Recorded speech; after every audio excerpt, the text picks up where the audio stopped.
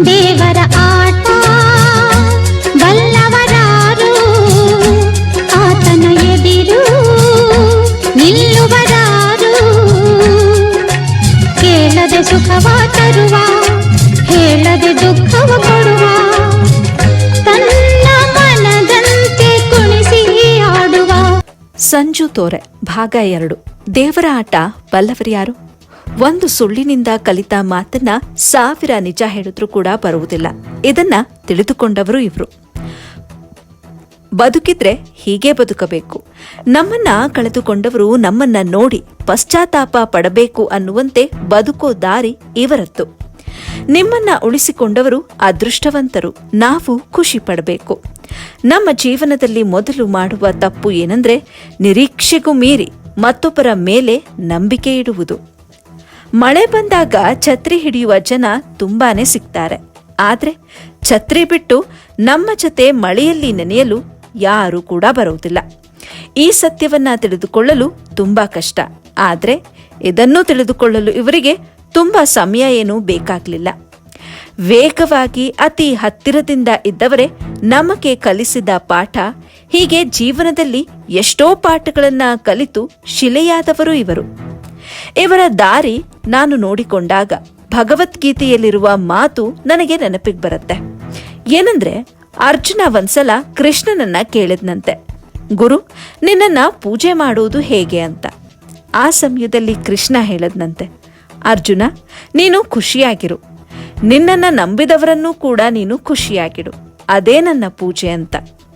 ಹೀಗೆ ನಾನು ಇರಬೇಕು ಅಂತ ಇವರ ಜೀವನದ ಬುತ್ತಿ ಕಟ್ಟಿಕೊಂಡವರು.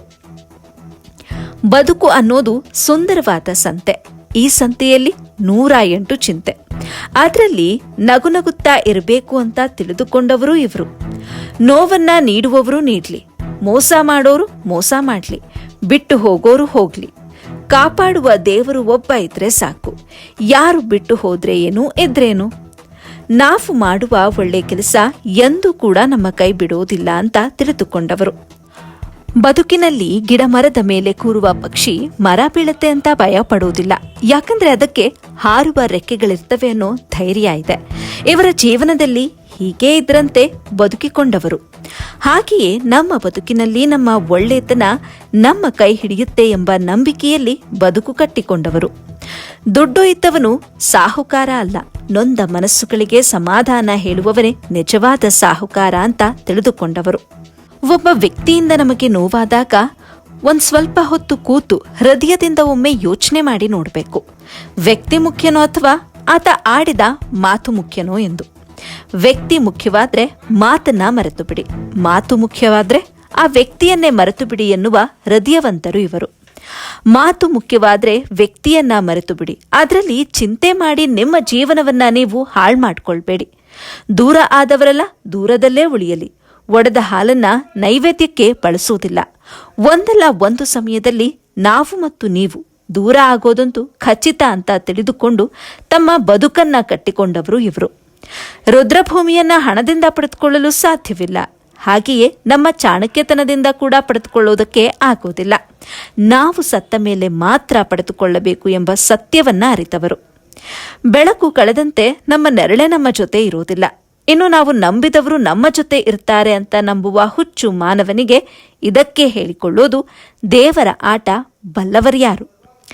ಎಲ್ಲವೂ ನನಗೆ ಗೊತ್ತಿದೆ ಅಂತ ಗರ್ವದಿಂದ ಇರುವ ಮನುಷ್ಯ ದೇವರ ಗುಡಿಯಲ್ಲಿ ಭಕ್ತಿಯಿಂದ ಬೇಡಿಕೊಳ್ತಾನೆ, ಸರಿತಪ್ಪುಗಳನ್ನ ಹೇಳಿಕೊಳ್ತಾನೆ. ಆದ್ರೆ ಮತ್ತೊಂದು ಜೀವಕ್ಕೆ ನೋವಾಗುವ ಪದಗಳನ್ನ ಯಾಕೆ ಬಳಸ್ತಾರೆ? ದೇವರು ಎಲ್ಲವನ್ನ ನೋಡುತ್ತಾನೆ ಎನ್ನುವ ಸತ್ಯ ಗೊತ್ತಿದ್ದವನು ತಪ್ಪು ಮಾಡಿ ದೇವರ ಮುಂದೆ ನಿಂತು ಬೇಡಿಕೊಳ್ತಾನೆ. ಭಕ್ತಿಯಿಂದ ದೀಪ ಹಚ್ಚಿದ್ರೇನು ಫಲ?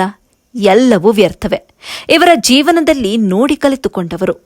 ಒಂದು ದಿನ ಸಮಯ ಅವರಿಗೆ ತಕ್ಕ ಪಾಠವನ್ನ ಕಲಿಸುತ್ತೆ. ಆ ಕಾರಣಕ್ಕಾಗಿ ನಾನು ಮೌನವಾಗಿ ಇರುತ್ತೇನೆ, ನಗುನಗುತ್ತಾ ಇರುತ್ತೇನೆ. ನನ್ನ ನಗು ಮತ್ತು ನನ್ನ ಮೌನ ಒಂದು ದಿನ ಅವರಿಗೆ ಪಾಠ ಕಲಿಸುತ್ತೆ.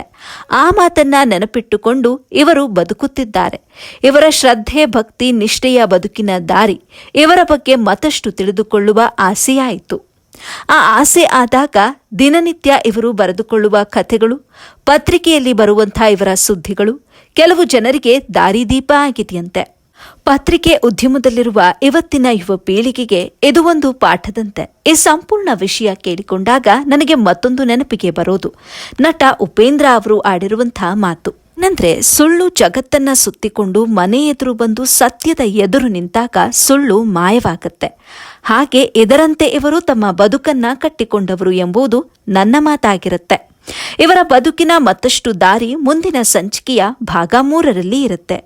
ಓ ನನ್ನ ಮನಸ್ಸೆ.